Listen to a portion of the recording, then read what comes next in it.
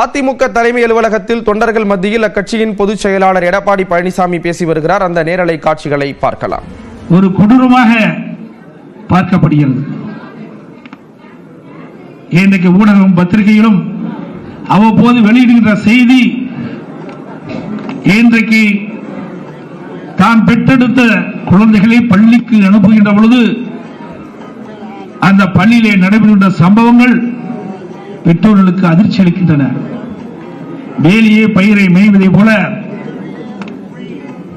ஒரு சில ஆசிரியர் செய்கின்ற தவறு ஒட்டுமொத்த ஆசிரியர்களையும் நற்பெயரை களங்கப்படுத்துகிறது.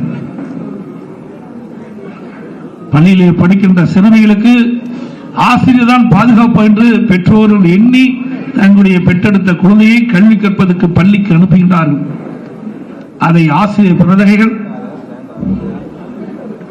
எண்ணி பார்த்து செயல்படுத்த வேண்டும். ஒரு சில ஆசிரியர்கள் செய்கிறார்கள், அனைவரும் அல்ல. ஆகவே இந்த அரசு பெண் குழந்தைகள் படிக்கின்ற பள்ளிகளே ஆசிரியர்களுக்கு நல்ல ஆலோசனை வழங்கி இனி காலத்தில் சிறுமிகளுக்கு பள்ளியிலே படிக்கின்ற பெண் குழந்தைகளுக்கு எவ்வித பாலியல் வன்கொடுமைக்கு ஆளாகாமல் அவளை பாதுகாக்க வேண்டும் என்று இந்த தருணத்திலே வேண்டுகோளாக வைக்கின்றேன். இப்படிப்பட்ட செயலில் ஈடுபட்டவர்களுக்கு கடுமையான தண்டனை வழங்க வேண்டும்.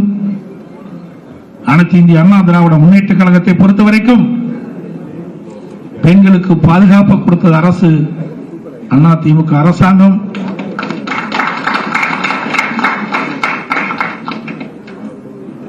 இன்றைக்கு பெண்கள் பாதுகாப்பாக வாழக்கூடிய பெருநகரம் சென்னை என்று பெயர் பெற்றது. கோயம்புத்தூர் நகரம் பெண்களுக்கு பாதுகாப்பான நகரம் நாம் பெயர் பெற்றோம்.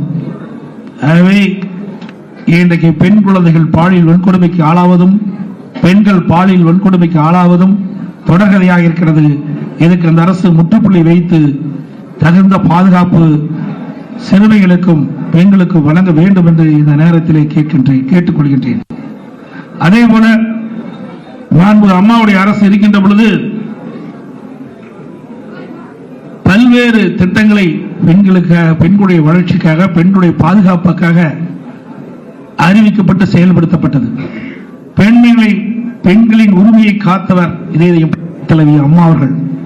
பெண் கல்வி, பெண் விடுதலை, பெண்களின் பாதுகாப்பு, பெண்களுக்கான சமூக பொருளாதார மேம்பாடு, பெண் குழந்தை பாதுகாப்பு திட்டம். இன்றைக்கு பெண் குழந்தை பிறந்தால் எதிர்காலத்திலே குடும்பம் பாதிக்கப்படும் என்று பிறந்தவுடன் கல்விப்பால் கொடுத்து பெண் குழந்தையை செய்கின்ற அந்த செயலிலிருந்து பெண் குழந்தையை தடுத்த பெருமை இதயம் புரட்சி தலைவி அம்மா அவர்களை சாரும். அதற்காக தொட்டில் குழந்தை திட்டத்தை தமிழகத்தில் உருவாக்கி பல பெண் குழந்தையை காப்பாற்றியவர் நம்முடைய இதயம் புரட்சி தலைவி அம்மா அவர்கள்.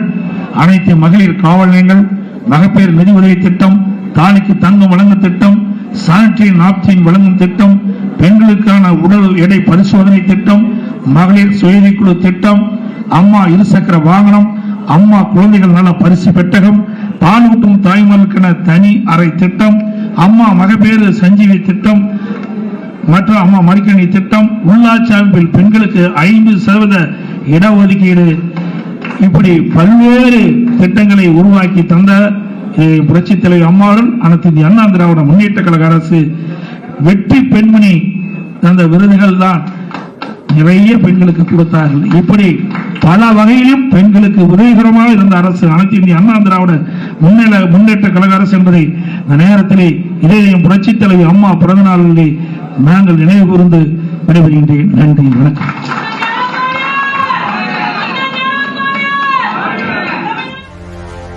அதிமுக தலைமை அலுவலகத்தில் எடப்பாடி பழனிசாமி தொண்டர்கள் மத்தியில் உரையாற்றிய அந்த காட்சிகளை பார்த்தோம்.